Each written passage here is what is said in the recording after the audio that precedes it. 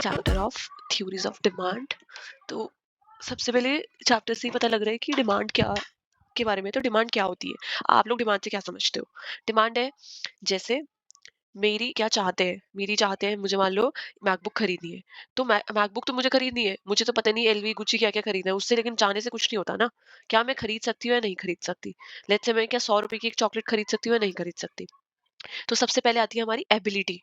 कोई भी डिमांड को डिटरमाइन करने के लिए आपकी वांट्स होनी बहुत जरूरी है, नेसेसिटीज होनी बहुत जरूरी है, लेकिन आपकी एबिलिटी है या खरीदने की या नहीं है। या आप 100 रुपए की चॉकलेट खा पाते हो या 10 रुपए की चॉकलेट खा पाते हो। जैसे छोटे बच्चे हैं, जब वो कुछ लेने जाते हैं, तो 100 रुपीज का थोड़ी उनके लिए क्या है, उनकी एबिलिटी है 10 रुपीज की चॉकलेट खरीदने की। इसलिए शॉपकीपर्स 10 रुपीज वाली चॉकलेट की यूनिट ज्यादा रखते हैं। वही लेकिन आप किसी कॉलेज के पास गिफ्ट शॉप है, तो वहाँ ये वाली ज्यादा रखेंगे। क्यों? क्योंकि इसकी एबिलिटी भी है लोगों की खरीदने की, और डिमांड भी है। Demand is something that a person is able to buy, willing to buy. अब क्या आता है हमारा सबसे पहले, थ्योरी ऑफ डिमांड क्या है? सबसे पहले, demand is the quantitative expression of preferences, quantity of a commodity that will B purchased, जो खरीदी जाएगी। अब मैंने चाह लिया मैं 1 लाख रुपए का मैकबुक खरीदूंगी, मेरे चाहने का क्या है, क्या मैं उसे खरीदूंगी? That will be purchase at a particular price, let's say 1 lakh rupees, and not merely desire of the thing. मेरे सपने में तो हर्मेस का बैग भी आ रहा है, एलवी का, गुची का, इसका भी बैग आ रहा है, लेकिन खरीद नहीं सकती ना मैं। तो मुझे देखना है क्वांटिटी क्या होती है, डिमांड क्या होती है। Demand is the quantity of a commodity that will be purchased at a particular price and not merely a desire of thing. Demand means always demanding something at a price. The term has no significance unless a price is stated or implied. जब तक किसी पे कुछ price नहीं है, मेरे बहुत सारी हवा खाने का मन है, तो उसका कुछ प्राइस नहीं है ना, तो उसकी कोई डिमांड भी नहीं है। लेकिन अब क्योंकि क्या है, ऑक्सीजन की वैल्यू लोगों में बढ़ रही है, तो क्या है, उस पर एक प्राइस भी लग गया है। अब क्या होती है, कौन कौन सी टाइप होती है, डायरेक्ट डिमांड और इनडायरेक्ट डिमांड। डायरेक्ट डिमांड जो हम देख सकते हैं, इनडायरेक्ट डिमांड जो हम नहीं देख पाते। जैसे फॉर्म का एग्जांपल लेते हैं, अगर फॉर्म, इन्होंने टी शर्ट का एग्जांपल लिया, हम बेकरी का सबसे सिंपल एग्जांपल लेते हैं। हम अगर ब्रेड खरीदने जाते हैं, तो हमें ब्रेड में क्या क्या दिखता है। लेट्स से हम एक रेशनल कस्टमर है, तो हमें पता है कि इसमें आटा भी है, इसमें ये भी है, वो भी है, लेकिन हमें क्या मिल रही है, ब्रेड। ब्रेड क्या है, डायरेक्ट डिमांड। अब इनडायरेक्ट डिमांड क्या हुई, ब्रेड को बनाने के लिए कोई लेबर भी लगी होगी, और अवन की भी यूज हुआ होगा, इलेक्ट्रिसिटी भी यूज हुई होगी, तो ये सब क्या है, हमारी इनडायरेक्ट डिमांड। अब आती है हमारी joint demand and composite demand. The demand for one commodity leading to the demand of another is known as joint demand. जैसे मैंने पेन खरीदा, अब मैंने पेन तो खरीद लिया, लेकिन पेन के साथ अगर मेरे पास पेपर ही नहीं होगा, तो क्या फायदा होगा। तो ये कह रहे हैं कि जब आपको कोई एक चीज डिमांड करोगे, तो दूसरे की डिमांड अपने आप बनेगी। For example, ink and paper, इन्होंने भी एग्जाम्पल लिया। On the other hand, demand is said to be composite when a thing is demanded for more than one purpose. जैसे दूध है, हम इसमें ये कोल रबर कर लेते हैं, हम दूध का एग्जांपल लेते हैं। मैंने दूध की डिमांड की, दूध की कंपोजिट डिमांड है। जैसे मैं क्या हूँ, मैं बेकरी हूँ, तो मैं दूध दूध को किस में डालूंगी, मान लो ब्रेड बनाने में भी डालूंगी, मैं दूध को कॉफी बनाने में भी डालूंगी, मैं दूध की कर्ड बनाने में भी डालूंगी। तो क्या कंपोजिट डिमांड, जैसे जिसके एक से ज्यादा पर्पस होते हैं। अब होता है हमारी प्राइस डिमांड। प्राइस डिमांड क्या होता है, price demand refers to various quantity of the commodity that the consumer will buy per unit of time and at a certain price. Other things remaining the constant, the quantity demanded changes with the change in price. ये क्या कह रहा है, जैसे मैं एक chocolate खरीदने गई, या मैं दूध खरीदने गई, ठीक है। अब दूध खरीदने गई, जब दूध का प्राइस 50 रुपीज पर लीटर था, तब मैं सिर्फ 1 लीटर ही खरीद रही थी। जैसे ही उसका प्राइस 40 पहुंचा, मैंने क्या किया, मैंने 2 लीटर खरीदना शुरू कर दिया। जैसे ही उसका प्राइस 30 पहुंचा, मैंने 3 लीटर लेना शुरू कर दिया। अब ये क्या कह रहा है, जो हमारी डिमांड होती है वो कैसी होती है, डाउनवर्ड होती है। क्यों? क्योंकि जैसे जैसे ये हमारा था प्राइस, ये थी हमारी क्वांटिटी। ये कह रहे हैं जैसे जैसे प्राइस कम होगा ना, वैसे वैसे क्वांटिटी बढ़ेगी। ये क्या है हमारा, क्वांटिटी डिमांडेड। वो कह रहे हैं D one demand for commodity one, ये हमारा फंक्शन है। फिर क्या है, प्राइस ऑफ कमोडिटी। ये यही दिखा रहा है कि जब प्राइस वन था, तो मेरी क्वांटिटी डिमांडेड ये थी, लेकिन जैसे ही मेरा प्राइस फॉल हुआ, मेरी क्वांटिटी डिमांडेड क्या हो गई, बढ़ गई। अब इनकम डिमांड क्या होती है, नॉर्मल गुड्स की income demand indicates a relationship between income and demand for a consumer goods and services. जैसे अभी अगर मैं गरीब हूँ, तो लेट्स से मैं अमूल की डार्क चॉकलेट खा रही हूँ। जैसे ही मैं बहुत अमीर हो गई, मैं फरेरो रोशर खा लूंगी, मैं क्या खा लूंगी, मैं बॉर्नविल खा लूंगी, मैं एक्सपेंसिव चीजें लेने लगूंगी। तो ये क्या है, the income demand curve shows how much quantity a consumer will by at different levels of income.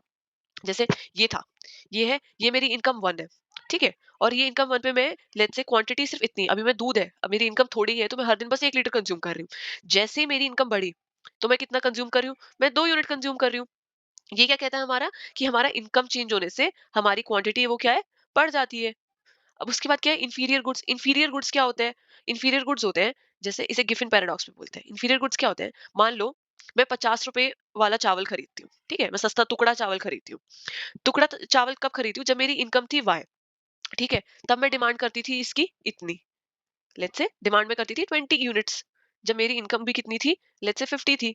अब जैसे ही मेरी इनकम बढ़ गई, अब ये क्या है, ये मान लो चीप चावल है, ये गंदा चावल है। जैसे ही मेरी इनकम बढ़ गई, मान लो मेरी इनकम 100 हो गई, तो मैं क्या करूंगी? मैं इसको छोड़ के क्या खरीदने लग जाऊंगी? मैं मान लो 70 रुपए वाला या 100 रुपए वाला बासमती खरीदने लग जाऊंगी, मैं बिरयानी वाला अच्छा चावल खरीदने लग जाऊंगी। तो वो कह रहे हैं जब आपकी डिमांड, जब आप इनकी इनकम कम थी तब आपकी इन गुड्स की डिमांड ज्यादा थी। अब जैसे ही आपकी इनकम बढ़ गई, आपकी क्या होगी? इनकी लेट्स से डिमांड कम हो जाएगी। अब आप इसको कम खरीदोगे, मे बी खरीदोगे भी नहीं। तो वो क्या कहता है? इंफीरियर गुड्स के लिए अलग होता है। क्रॉस डिमांड क्या होता है? क्रॉस डिमांड क्या होता है? Relationship between quantity demanded for good A and the price of related of good B. Say other things been equal. In simple words, by cross demand we mean that change in quantity demanded of a commodity without any change in its price but due to a change in price of the related goods. जैसे हम T and coffee का example लेते हैं। T and coffee क्या है? Substitute goods है। मेरे अगर मेरे पास टी पीने का मन नहीं है तो मैं कॉफी पी लूंगी, कॉफी पीने का मन नहीं है तो टी पी लूंगी। ये एक दूसरे के क्या है? सब्स्टिट्यूट। अब लेट से एक दिन कॉफी का प्राइस बढ़ गया, ठीक है? कॉफी के प्राइस के बढ़ने से टी की डिमांड भी बढ़ गई। क्यों? क्योंकि ये सब्स्टिट्यूट गुड है। कॉफी वाले कस्टमर कहाँ चले जाएंगे? टी पे चले जाएंगे। तो वो कह रहे हैं जब कमोडिटी ए का तो कोई प्राइस चेंज नहीं हो रहा, लेकिन इसकी डिमांड क्यों बढ़ रही है? ये किस लिए बढ़ रही है? क्योंकि उसके सब्स्टिट्यूट रिलेटेड कमोडिटी की जो प्राइस है वो बढ़ रही है। अब हमारे दो टाइप के होते हैं, एक होते हैं हमारे सब्स्टिट्यूट गुड, एक होते हैं हमारे कॉम्प्लीमेंट्री गुड। कॉम्प्लीमेंट्री गुड कौन से होते हैं? जैसे पेन, पेन होता है ना, पेन की इंक, पेन और उसकी इंक, ये क्या है? कॉम्प्लीमेंट्री। मतलब अगर आप पेन लोगे तो आपको इंक लेनी पड़ेगी। लेकिन सब्स्टिट्यूट क्या होता है? जैसे पेन और पेंसिल हो गया, पेन नहीं है तो आप पेंसिल ले लोगे। लेकिन इसमें क्या है? अगर आपने खाली पेन ले लिया, उसमें इंक नहीं है तो क्या फायदा? ये क्या कह रहे हैं? जैसे प्राइस ऑफ गुड है, जब प्राइस बढ़ेगा इसमें, तो इसमें क्या है? Quantity demanded of substitute good बढ़ जाएगा। जैसे प्राइस ऑफ गुड, मान लो यहाँ पे पेन का प्राइस बढ़ गया, तो हम क्या करेंगे? हम डिमांड किसकी करने लग जाएंगे? पेंसिल की। और ये कह रहे हैं अब मान लो पेन का प्राइस बढ़ गया, ठीक है? पेन का प्राइस बढ़ गया, तो पेन की तो क्वांटिटी डिमांडेड क्या हो जाएगी? कम हो जाएगी। समझ में आया कॉम्प्लीमेंट्री गुड्स का क्या कहता है? पेन और इंक में क्या कह रहा है? अगर पेन का प्राइस बढ़ेगा तो लेट्स से पेन की क्वांटिटी डिमांडेड कम होगी, पेन की क्वांटिटी डिमांडेड कम होगी तो इनकम की भी क्वांटिटी डिमांडेड कम होगी। लेकिन ये क्या क्या कह रहा है? अगर पेन का प्राइस बढ़ेगा तो डिमांड किसकी बढ़ेगी? पेंसिल की। इसका ग्राफ कैसे होता है? ऐसे होता है, जैसे पहले आप पी वन गुड खरीद रहे थे डी प्राइस पे, अब आप पी टू गुड खरीदोगे डी प्राइस पे। और वहीं अगर आप पी वन गुड खरीद रहे थे, प्राइस इसका इतना था, और पी डैश का अगर प्राइस बढ़ गया तो डी डैश की क्या होगी? डिमांड कम हो जाएगी। Alternative demand. Alternative क्या होता है? When it is satisfied by alternative ways. Let us consider the demand for light. It has an alternative demand. One can get light either from electricity, kerosene or gas. Law of demand. Law of demand क्या कहता है? Law of demand यही कहता है. Law of demand simple कहता है.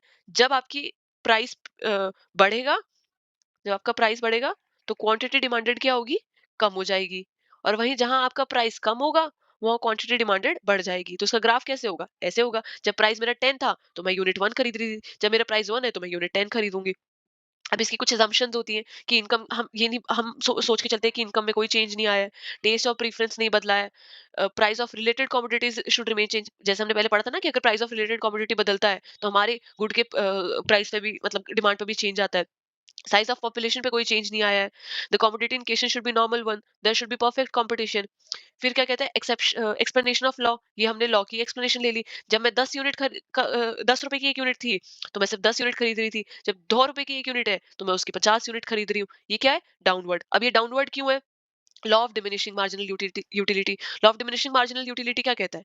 कि जैसे ही आप गुड्स बढ़ाते हो, आपकी मार्जिनल यूटिलिटी क्या हो जाती है? वो कम हो जाती है। या ये मैं आगे आपको पढ़ाऊंगी specially. Law of diminishing marginal utility. Substitution effect. Substitution effect क्या कहता है? ये जो हमने पढ़ा यहाँ पे, आपने यहाँ देखा है ना, सब्स्टिट्यूशन इफेक्ट, कि जब आप गुड सेकंड पे गए, ठीक है, प्राइस किसका चेंज हुआ है? कॉफी का। डिमांड किसकी बढ़ गई है? टी की। मतलब जो कॉफी का प्राइस लेट से चेंज हुआ, कॉफी का प्राइस अभी बढ़ गया है तो इसकी डिमांड कम हो गई है, तो ये वाले कस्टमर कहाँ आएंगे? टी पे। तो टी वाले क्या होगी? बढ़ जाएगी। टी वाली की क्वांटिटी डिमांडेड बढ़ जाएगी। फिर आता है हमारा इनकम इफेक्ट। इनकम इफेक्ट क्या होता है? जैसे जैसे वो हमारा प्राइस फॉल होगा किसी कमोडिटी का, तो उसी तरह से हमारी इनकम बढ़ जाएगी। इनकम हमारी मॉनेटरी टर्म्स में नहीं बढ़ेगी। जैसे 30,000 में से मैं 1,000 रुपए मिल्क पे लगाती थी हर मंथ। अब क्या है, वो 1,000 वाला मिल्क 500 का आ रहा है, तो कहीं ना कहीं मेरी इनकम इवेंचुअली 500 से बढ़ रही है ना। फिर आता है हमारे न्यू कंज्यूमर्स। जब हमारा प्राइस कम होगा तो बाकी के कंज्यूमर्स भी हमारे गुड्स कंज्यूम करेंगे। साइकोलॉजिकल इफेक्ट क्या होता है? साइकोलॉजिकल इफेक्ट क्या होता है? जब प्राइस कम होता है ना, तो लोग ज्यादा खरीदते हैं। जैसे अभी आईफोन का प्राइस जब लॉन्च हुआ तो 80,000 था। अब जैसे ही दिवाली का ये सेल आई, उन्होंने 50,000 कर दिया, तब 50,000 पे क्या होएगा? उसकी डिमांड बढ़ जाएगी। इंपॉर्टेंस ऑफ लॉ क्या है? प्राइस डिटरमाइन करने के लिए, कि कौन सा प्राइस आइडियल रहेगा, ठीक है, importance of the consumer, consumer के लिए ये बहुत इंपॉर्टेंट है कि जब प्राइस कम होगा वो गुड्स को ज्यादा कंज्यूम करेंगे, उनकी सेटिस्फेक्शन भी ज्यादा बढ़ेगी। एक एक मैं 1 लीटर दूध ले रही हूँ 100 रुपए का, तो मुझे पीते हुए भी अच्छा नहीं लगा कि इतना ज्यादा पैसा खर्च हुआ। वहीं मुझे अगर ये सस्ता मिलेगा तो मुझे सेटिस्फेक्शन मिलेगी। फाइनेंस मिनिस्टर के लिए इंपॉर्टेंट है। फाइनेंस मिनिस्टर के लिए क्यों इंपॉर्टेंट है कि लेट्स से उसने डेली डेली गुड्स के यूज पे जो आप पानी मान लो पीते हो, उस पे मान लो उन्होंने 40% टैक्स लगा दिया, तो कितना उसका प्राइस बढ़ जाएगा, तो हर कोई खरीद नहीं पाएगा। तो ये क्या है, फाइनेंस मिनिस्टर के लिए भी इंपॉर्टेंट है टैक्स लेवी करने से पहले। प्लानिंग के लिए प्लानिंग के लिए बहुत ज़रूरी है, चाहे वो फार्मर्स हैं, कोई भी है, किसी को भी प्लान करना है। जब तक आप डिमांड इवैल्यूएट नहीं कर सकते, तो आप कैसे प्लान कर लोगे कितना इन्वेस्टमेंट करना है? प्रोड्यूसर्स के लिए बहुत ज़रूरी है कि क्या हमारे हम डिमांड फोरकास्टिंग में बहुत काम आता है। फार्मर्स के लिए ज़रूरी है कि फार्मर्स के लिए क्यों ज़रूरी है? लेट्स से अभी ये फार्मर का लैंड है। फार्मर इस लैंड पे अगर सिर्फ तो राइस ग्रो कर रहा है, तो वो ग्रो करने के बाद देख रहा है राइस की तो इतनी डिमांड है ही नहीं। लेकिन वही वही जो फार्मर है, मान लो इधर क्या करे, इसको इधर वो देखे कि राइस की भी डिमांड है, व्हीट की भी डिमांड है, फ्रूट्स की भी डिमांड है, और वो क्या कह रहे हैं, वो कह रहे हैं बाजरा की भी डिमांड है। तो इससे वो क्या कर सकता है, अगर वो इवैल्यूएट करेगा तो वो कस्टमर की नीड्स को सेटिस्फाई कर पाएगा। फिर है यूटिलिटी फंक्शन। यूटिलिटी की फंक्शन क्या होता है हमारा, सबसे पहले ये बताओ यूटिलिटी क्या होता है? देखो, दो वर्ड होते हैं, एक होता है यूटिलिटी और एक होता है हमारा यूजफुलनेस। यूजफुलनेस यूटिलिटी क्या होता है? यूटिलिटी से हमें कितनी सेटिस्फैक्शन मिल रही है। यूजफुलनेस क्या है, जैसे मान लो कोई लैक्टोज इंटॉलरेंट है, उसको हमने मिल्क दे दिया, ठीक है, मिल्क के कितने तरह के यूजेस हैं, लेकिन उसको क्या उससे यूटिलिटी मिलेगी? वो चाहे कितने ही यूजेस हो, जब तक उससे यूटिलिटी नहीं है, सेटिस्फैक्शन नहीं है। तो यूटिलिटी फंक्शन ये कहता है कि ability of a good to satisfy a want. Utility में be the quality that makes the thing desirable. अब कंसेप्ट ऑफ यूटिलिटी क्या कहता है, इसको मैं समझाती हूँ आपको एक रुको, मैं आपको इसको ऐसे समझाती हूँ। मान लो सबसे पहले मैं बहुत भूखी हूँ, ठीक है, मैंने एक रोटी खाई, मुझे उससे कितनी सेटिस्फेक्शन मिली? मुझे उससे मिली 10% सेटिस्फेक्शन। अब उसके बाद मैंने जैसे ही दूसरी रोटी खाई, मुझे कितनी सैटिस्फैक्शन मिली? सिर्फ़ उसके कंपैरिज़न में 8 ही मिली, लेकिन टोटल कितनी सैटिस्फैक्शन मिली मुझे? 18%। वहीं थर्ड रोटी खाने पे मुझे कितनी सैटिस्फैक्शन मिलेगी? थर्ड रोटी खाने पे मुझे कितनी सैटिस्फैक्शन मिलेगी? थर्ड रोटी खाने पे मुझे लेट्स से 18 और 6 24%। फिर मेरा अब क्या है, पेट भर गया है, लेकिन फिर भी मैंने चौथी रोटी खाई। जब चौथी रोटी खाई तो मुझे बस कितना मिला, 28%। अब क्या है, इससे ज्यादा अगर मैं खाऊंगी तो मुझे क्या हो जाएगा, वॉमिटिंग हो जाएगी। तो मेरी फिफ्थ जो यूनिट थी उस पर मेरी सेटिस्फेक्शन कितनी रही, 28 ही रही, मेरी सेटिस्फेक्शन बढ़ी नहीं। लेकिन जैसे ही मैंने सिक्स रोटी खाई, मुझे क्या हुआ, मुझे हो गया वॉमिट। अब मेरी सेटिस्फेक्शन कितनी बची है, सिर्फ लेट्स से 20%। तो ये क्या कहता है, ये आपको कहता है कि अब मार्जिनल यूटिलिटी क्या है। मार्जिनल यूटिलिटी है डिफरेंस। ये थी मेरी टोटल यूटिलिटी, ये क्या है मेरी मार्जिनल यूटिलिटी। मार्जिनल यूटिलिटी क्या कहती है कि मेरी पहले पे सबसे मैक्सिमम थी, तो यहाँ जीरो रहेगी। लेकिन सेकंड यूनिट पे क्या मेरा चेंज आया, पहले 10 थी, दूसरे पे 8, फिर क्या आएगा, तीसरे पे 6, फिर क्या आएगा, हमारा आएगा ये 4, फिर क्या आएगा हमारा 0, फिर हमारा किस में चला जाएगा, -8। तो ये कहता है कि हमारी मार्जिनल यूटिलिटी जो होती है वो फर्स्ट पे क्या रहती है, हमेशा इनिशियल यूटिलिटी जो हमारी क्या रहेगी, वो मैक्सिमम रहेगी। लेट्स से जब मैंने यहाँ पे 0 यूनिट नहीं खाई थी, ठीक है, मैं मान लो यहाँ पे 0 यूनिट मान के चल रही हूँ, तो 0 यूनिट पे मुझे कितनी सेटिस्फेक्शन थी, 0% थी। 0% थी या नहीं थी? तो मेरी मार्जिनल यूटिलिटी यहाँ क्या हुई, यहाँ 0 हुई, और यहाँ 10। तो ये कह रहा है कि जो हमारी मार्जिनल यूटिलिटी होती है, जो फर्स्ट यूनिट की कंजम्पशन की इनिशियल यूटिलिटी होती है, वो हमेशा क्या होती है, मैक्सिमम होती है। It is always positive. For instance when a man starts taking chapati or roti, the utility from the first unit obtained is the initial utility. फिर आता है हमारा marginal utility। marginal utility क्या कहती है, जब आपने एक यूनिट खाने के बाद जो दूसरी यूनिट खाई, तो इन दो यूनिट में जो हमारा चेंज आता है, लेट्स से 8 का चेंज आया, तो ये क्या है हमारी marginal utility। अब ये इसमें देखो, अब इसका ग्राफ अगर आप प्लॉट करो, बिना आप पहले ग्राफ देखे प्लॉट कैसे होगा ये, ठीक है, सबसे पहले हमारी मार्जिनल यूटिलिटी कितनी थी, मैक्सिमम थी, फिर हमारी क्या आई, 8 पे आई, ये क्या है मेरा, ये मेरा 10 है, फिर ये क्या है, 8 है, फिर ये क्या है, 6 है, फिर क्या है, 4 है, फिर 2, फिर क्या है, 0, और ये क्या है मेरा नेगेटिव में। तो ये कह रहे हैं सबसे पहले आपको 10 मिली, फिर आपको 8, फिर 6, फिर 4, फिर वो क्या है, 0 के बाद आप सीधा माइनस में चले गए। ये क्या है, आपकी मार्जिनल यूटिलिटी का कर्व है। और ये क्या होता है मेरा टोटल यूटिलिटी का कर्व। सबसे पहले ये मेरा टोटल यूटिलिटी का कर्व कुछ इस प्रकार होता है। ये क्या है मेरा मार्जिनल यूटिलिटी। तो वो क्या कहता है, मार्जिनल यूटिलिटी का स्लोप क्या होता है, डाउनवर्ड होता है। तो पॉजिटिव मार्जिनल यूटिलिटी क्या था? जब हमारी ये यूटिलिटीज बढ़ रही थी, ठीक है। फिर आता है जीरो मार्जिनल यूटिलिटी, एक पॉइंट आएगा जब मैं क्या हो जाऊंगी, जीरो पे। फिर नेगेटिव क्या होगा, जो मैंने बता दिया, टोटल यूटिलिटी बता दिया, ये इसका डिस्क्रिप्शन है। अब क्या क्या अप्रोचेस होते हैं, सबसे पहले आता है हमारा कार्डिनल अप्रोच। कार्डिनल अप्रोच कौन सा होता है? कार्डिनल में दो होते हैं, एक होता है हमारा law of diminishing marginal utility और law of equi marginal utility. Law of diminishing marginal utility क्या होता है? वो कहता है कि हर एक्स्ट्रा यूनिट से, ये देखो ये हमारा ग्राफ है, हम इसको ग्राफ से समझते हैं। ये हमारा ग्राफ है। ग्राफ कहता है कि आपकी जो यूटिलिटी है, मार्जिनल यूटिलिटी, ये क्या हो रही है, डिमिनिश हो रही है। लॉ ऑफ डिमिनिशिंग, जो आपको फर्स्ट फर्स्ट गुड पे आपको जो सेटिस्फेक्शन थी, लेट्स से 10 की थी, नेक्स्ट पे 8 की, फिर 6, फिर 4, फिर 0, फिर नेगेटिव। ये क्या है हमारा कार्डिनल अप्रोच। जब हमने अपनी सेटिस्फेक्शन को नंबर दे दिया, जो सबसे फर्स्ट चपाती हमने खाई होगी उससे हमें सबसे मैक्सिमम सेटिस्फेक्शन होगी, दूसरी से हमें सेटिस्फेक्शन थोड़ी कम होगी, तीसरी से उससे कम, फिर एक पॉइंट आएगा जब मुझे कोई सेटिस्फेक्शन नहीं होगी, और एक पॉइंट आएगा अगर मैंने फिर भी कंजम्पशन करी तो मे बी मेरी नेगेटिव में चली जाए। ये यही है हमारा law of diminishing marginal utility. ये कहता है according to this law, as an individual continues to consume a commodity, the marginal utility obtained from its additional units goes on diminishing. Simple है.